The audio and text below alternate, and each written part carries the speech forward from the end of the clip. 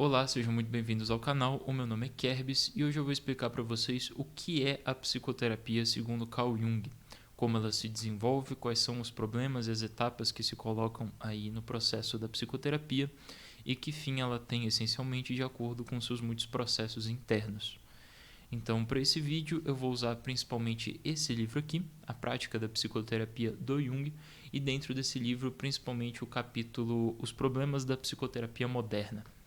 Então, o Jung, nesse livro, para dar um contexto, ele faz toda uma reconstituição do estado da questão, do status questionis da psicoterapia na época dele. Então ele fala, por exemplo, dos dois maiores nomes que influenciavam várias vertentes dentro da psicologia da época dele, que são primeiro o Freud, que todo mundo conhece, e o Alfred Adler. Então, para dar um contexto, esses dois psicólogos usavam duas formas de ver a psique humana completamente diferentes, opostas até. O Freud acreditava no princípio do prazer, no princípio do eros, como a chave explicativa fundamental da psique humana. Então, essa ênfase na fantasia, no desejo, na pulsão sexual e tudo isso que todo mundo já está careca de saber, é contrastada pela posição do Adler, que coloca mais ênfase na questão do eu. Então, enquanto o Freud está buscando razões de distúrbios no inconsciente, o Adler está mais preocupado em educar o eu, ou seja, a consciência, para o ser social. Ele está tentando ajudar as pessoas a se adaptarem à vida externa, ao invés de trazer a presença do eu toda a questão da vida interna da psique. Para o Freud, enquanto se explica a maior parte da psicologia pelo princípio de prazer, apesar de ele também ter tido outras questões e outras formas de ver a psique, o Adler coloca o ênfase da psique na vontade do eu de se sobressair, né, de sobrepujar o seu ambiente e se colocar em uma posição mais privilegiada. Então, tendo isso em vista, a gente consegue partir para a análise do Jung. Ele está falando de todo esse contexto ao longo do livro, e quando a gente chega na parte sobre as fases da psicoterapia, a gente consegue ver isso muito bem ao longo do desenvolvimento que o Jung faz do processo da análise. Então é o seguinte, o Jung parte do pressuposto de que toda terapia é baseada no modelo da confissão. Então, a confissão, como existe, por exemplo, nos ritos católicos, ela é uma extração dos segredos do eu dele mesmo. É você entregar para Deus aquilo que está dentro de você. E em entregando essas coisas, em falando sobre elas, elas ganham toda uma clareza nova através da graça. Mas, na psicoterapia, evidentemente, nenhum psicólogo tem a presunção de ser como Deus. Então, não é exatamente assim, mas existe uma base no modelo no sentido de que todo segredo é extremamente corrosivo para a vida interna de uma pessoa. Então, quando você comete um ato terrível, por exemplo, e não confessa isso de alguma forma, mesmo que não seja para Deus, isso te corrói por dentro. Isso é uma coisa constatada muitas e muitas vezes ao longo da história da humanidade.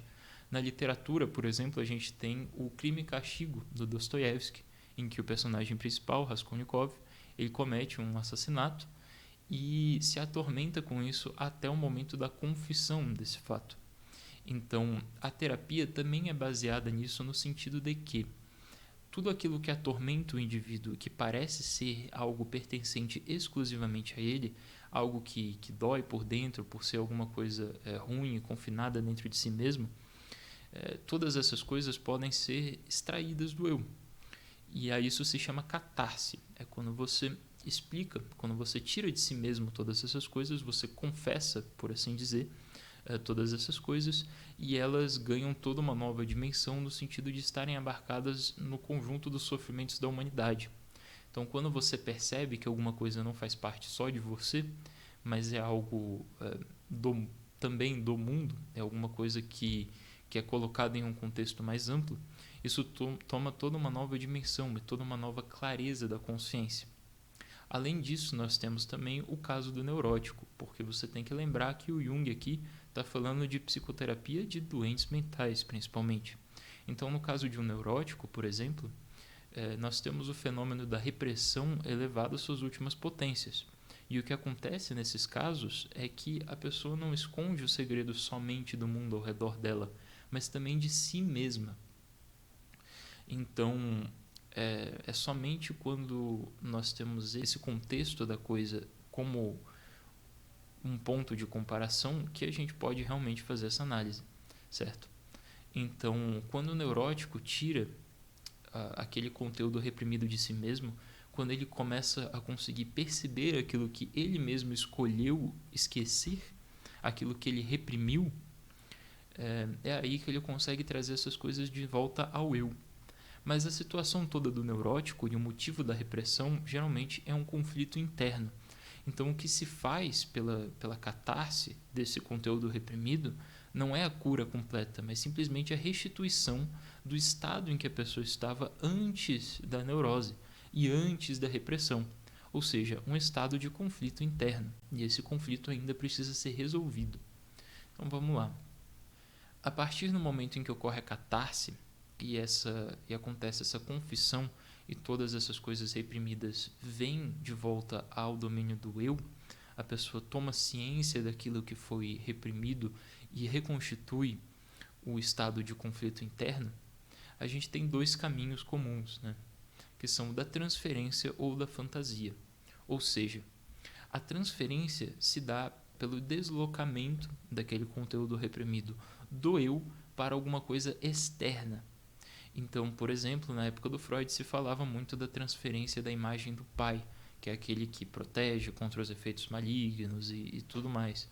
Tem toda essa noção de proteção, aprovação e muitas coisas relacionadas.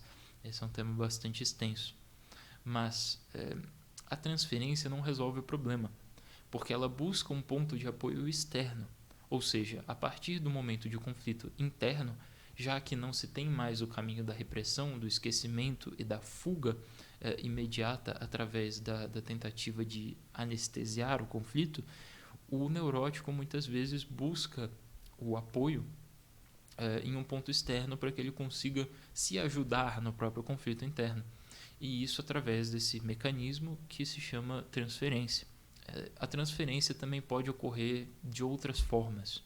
Então, por exemplo, você pode transferir um ideal que anteriormente tinha sido reprimido para alguma pessoa que representa então esse ideal, sem ser essa outra pessoa necessariamente um médico, um psicólogo.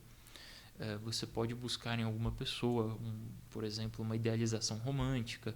Existem muitos casos do tipo. Então,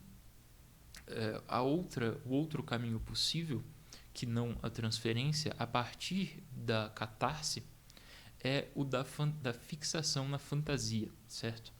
A partir do momento que você puxa todos esses conteúdos e afetos do inconsciente e traz eles todos para a consciência, é claro que eles têm um aspecto de algo novo, de algo incrível que foi descoberto, porque o campo do eu foi ampliado, porque algo novo foi inserido nele. Algo novo foi quase que assimilado a ele. Então, a partir do momento que isso ocorre, é claro que a pessoa se fascina, ela se maravilha por aquilo que foi trazido de novo.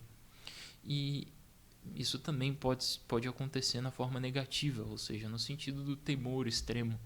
Então, um neurótico obsessivo, por exemplo, que inconscientemente está fugindo de alguma coisa muito aterrorizante, pode ficar ainda mais aterrorizado e horrorizada pelo conteúdo novo trazido. De qualquer forma, seja esse conteúdo, seja essa fantasia nova colocada na consciência, que na verdade era velha, mas tinha sido reprimida, na medida em que ela é trazida de volta à consciência, um paciente, principalmente o neurótico, pode muitas vezes se fixar e ficar preso naquela fantasia. Ele não pensa em outra coisa, na atenção e na imaginação dele não tem outra coisa, e a pessoa fica muito, muito fixada naquilo. Daí o nome de fixação. Na transferência, isso também ocorre de uma outra forma.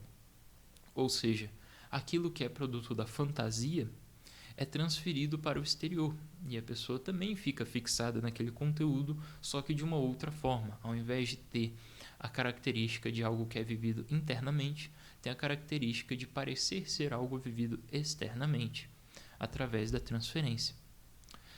Então, esse mundo todo novo da fantasia, ele muitas vezes causa problemas e algumas outras vezes não é uma coisa tão exacerbada e é algo que consegue ser resolvido pelo próprio curso da vida da pessoa. Então, alguma exigência externa bate, ou então a pessoa simplesmente vai se acostumando com aquilo, mas em muitas outras vezes isso não é o suficiente. E aí se faz necessária uma segunda etapa do processo terapêutico. A essa segunda etapa se dá o nome de esclarecimento. O esclarecimento é simplesmente um aprofundamento naquela fantasia. Então aí se conhecem as causas, por exemplo, e se tenta reinserir e realmente assimilar esses novos conteúdos vindos do inconsciente no campo do eu.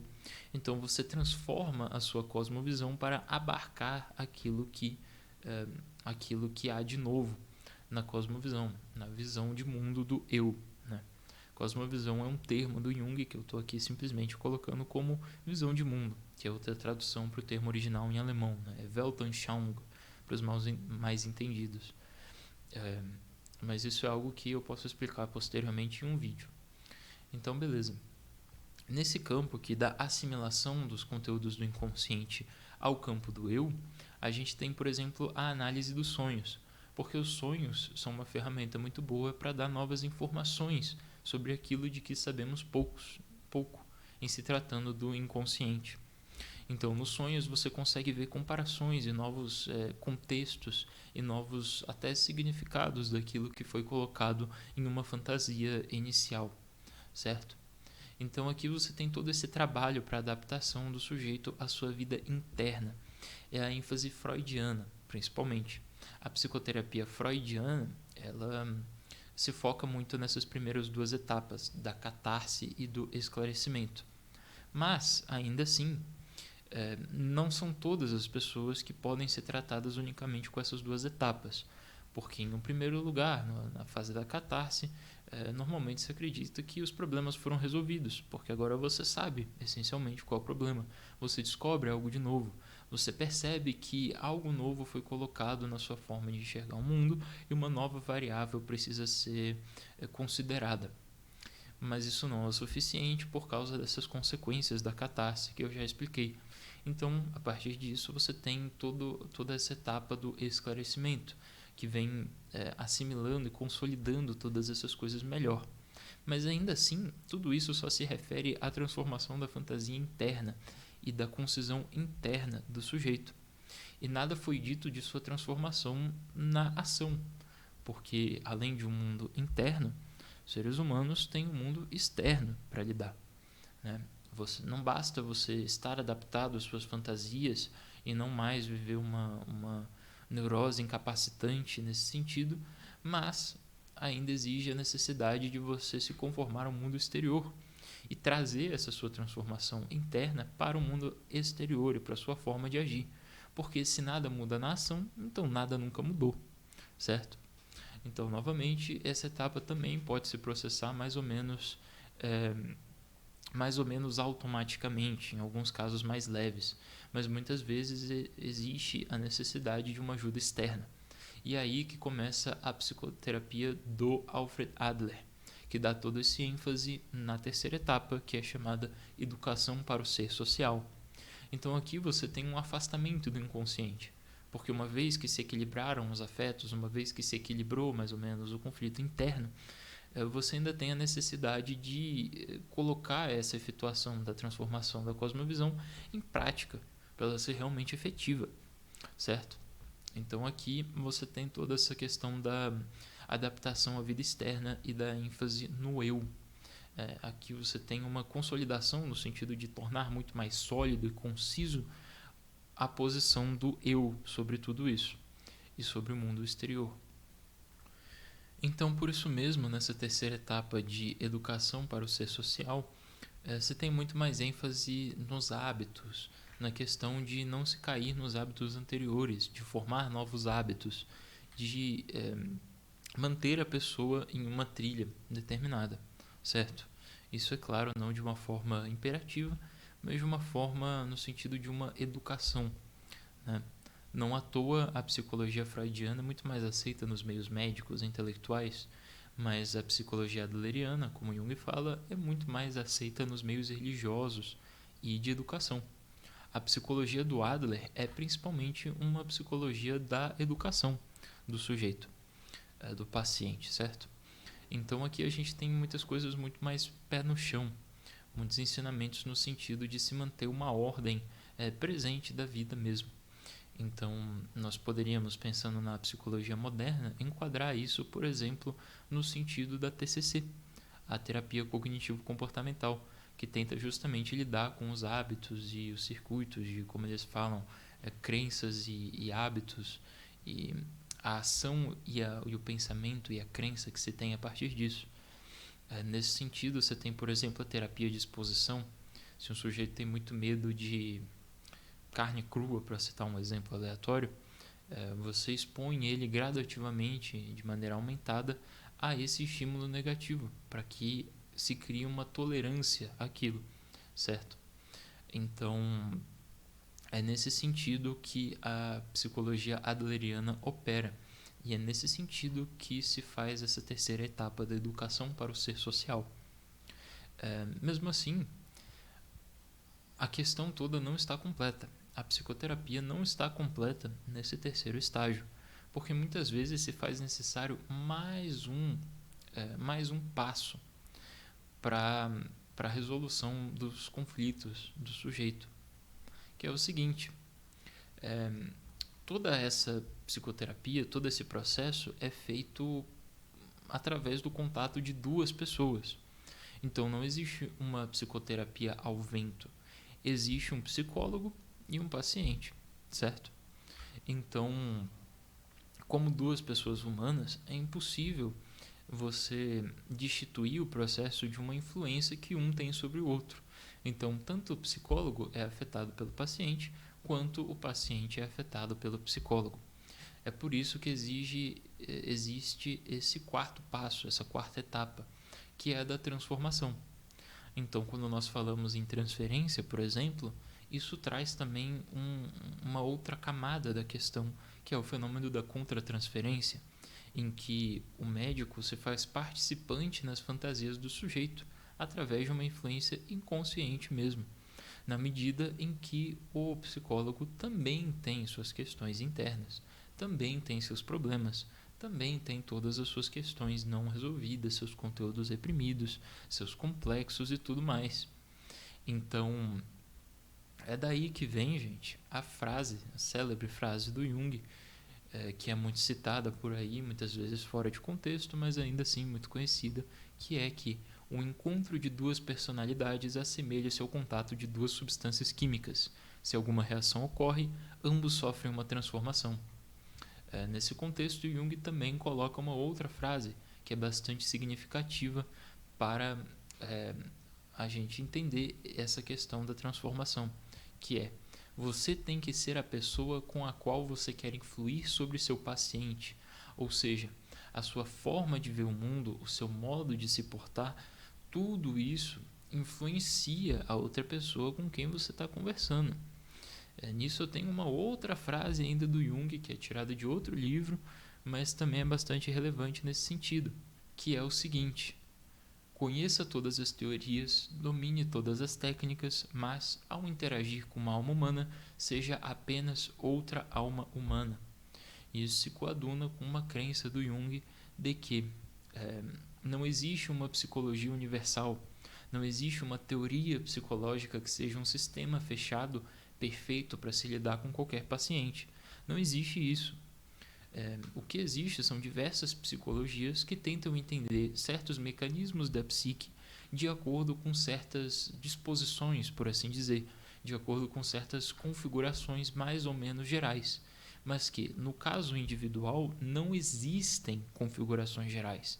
Existe apenas o que se apresenta. Então, um freudiano pode lidar muito bem com pessoas mais ou menos com uma formação psíquica mais ou menos semelhante àquela que o Freud descreveu, mas nem sempre esse é o caso. É por isso que nenhuma psicologia tem validade universal, certo? E um grande mérito do Jung, inclusive, foi reunir algumas das teorias psicológicas predominantes na época dele em um arcabouço que concilia posições opostas.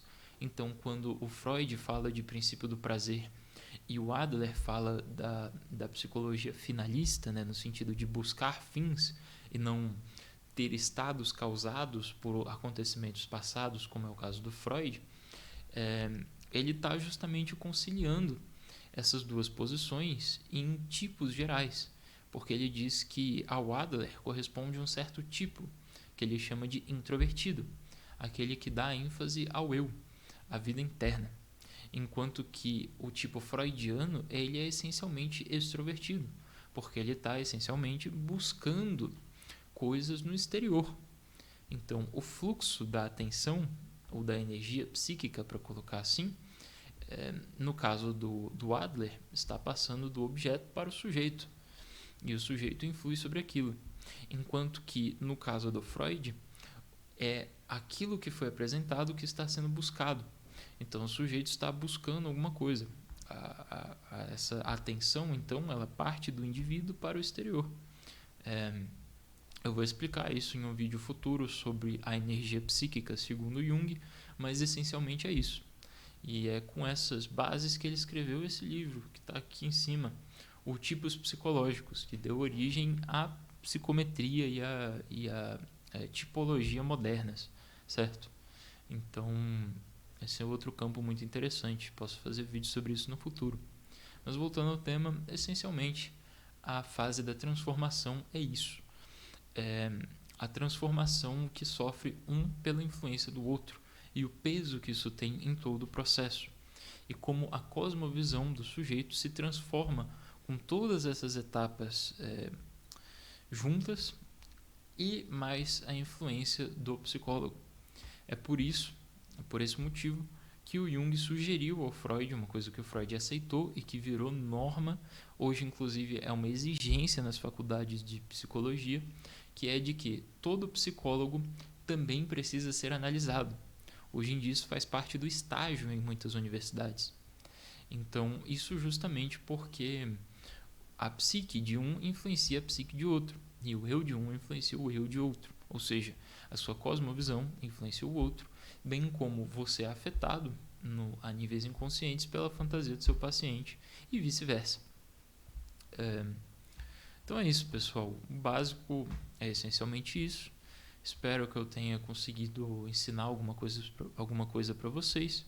Se vocês gostaram desse vídeo, deixa um like aqui embaixo, se inscreve no canal e podem esperar mais vídeos semanais aí sobre psicologia. É isso. Forte abraço. Tchau.